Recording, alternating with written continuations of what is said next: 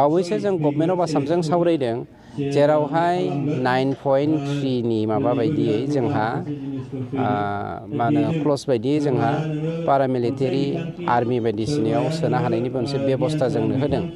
किन्तु जोंनि जाय एक्स एनडिबिफोर दङ, एक्स एबसु वर्कारफोर दङ, थांनाय 35 बोसोर रिभलुसन खालामनानै बैसोआ बारायलांनाय, बिसोरथ' दिनैनि दिनाव पारामिलिटारि आर्मियाव खारनानै मोना।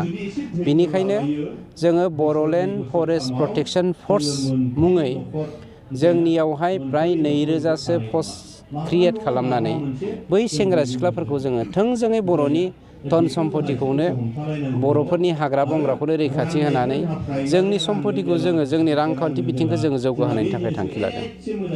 गतिके जों जोंनि खामानिखौ मावलांगोन। 17 बोसोराव जा मावलांदों बेनि बेरेखायै जों 17 मासावनो बहुत खामानि मावनानै देखायबाय। जोंनियाव गोबां फोरमान दङ। बर्थमानाव समष्टि हिसाबै रायजो राजाफोरनि माखासे जौगानायनि माबायदि खामानि मावनानै दङ?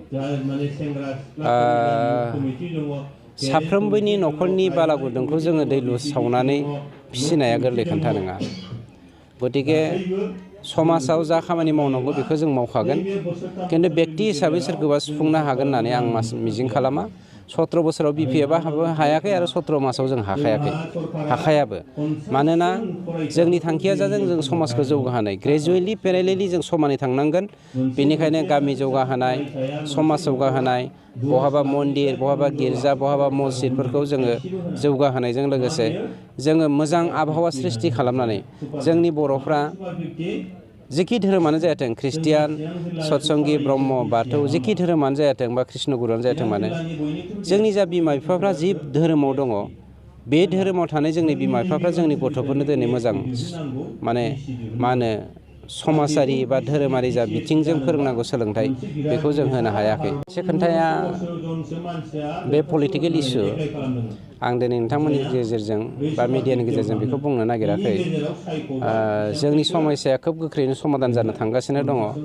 किन्तु दल दामनानै जोंनि जा मोननांगौ फिथाइ बे फिथाइखौ आं माने मा होनो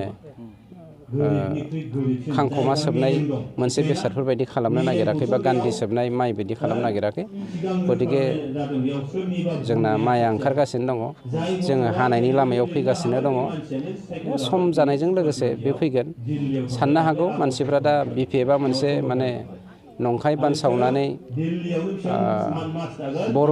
बर' हिसाबै जों बर'नि बाथ्राखौ साननांगौ होनफ्लानानै किन्तु बर'नि मुं लायै लायै समस्त बर'खौ बर'नि जा राजखान्थियारि सिनस्रि, रांखान्थियारि सिनस्रि, जोंनि जा समाजारि सिनस्रि, धोरोमारि सिनस्रिखौ बिथांमोना बुफायनानै दोनखाबाय। आरो दा जा एसे एनै जोङो मोजाङै गसंथानो हायाब्लाबो थांनानै दङ, बेफोरखौबो बुफायसिननानै बिथांमोना फोजोबस्रांनायनि थांखि लादों। एनडिबिनि केसआ अलरेडि अनगयिं प्रसेसआव दङ। माखासे मानसिफोरनि केसआ दा गोदान फैगासिनो दङ। बेवहाय एसे एनै बिटिआरनि बाहेरनि मानसिफोरखौ एसे केसखौ लानानै दावराव दावसि जानायखौ जोङो मोनफैदों। किन्तु बेखौ जोङो चिफ मिनिस्टारजोंबो रायज्लायदों आरो बावैसोनो जों मोनसे फाइनाल डिसकासन दङ गभर्नमेन्ट अफ आसामजों। बे फाइनाल डिसकासननि थ्रुयैदि जेलाव थानायानो जा बा जोंनि दिनैनि जा मा होनो केस उइथड्र' खालामनांगौनियानो जा, गासिबो मोनसे सेटल जानायनि लामायाव फैगासिनो दं।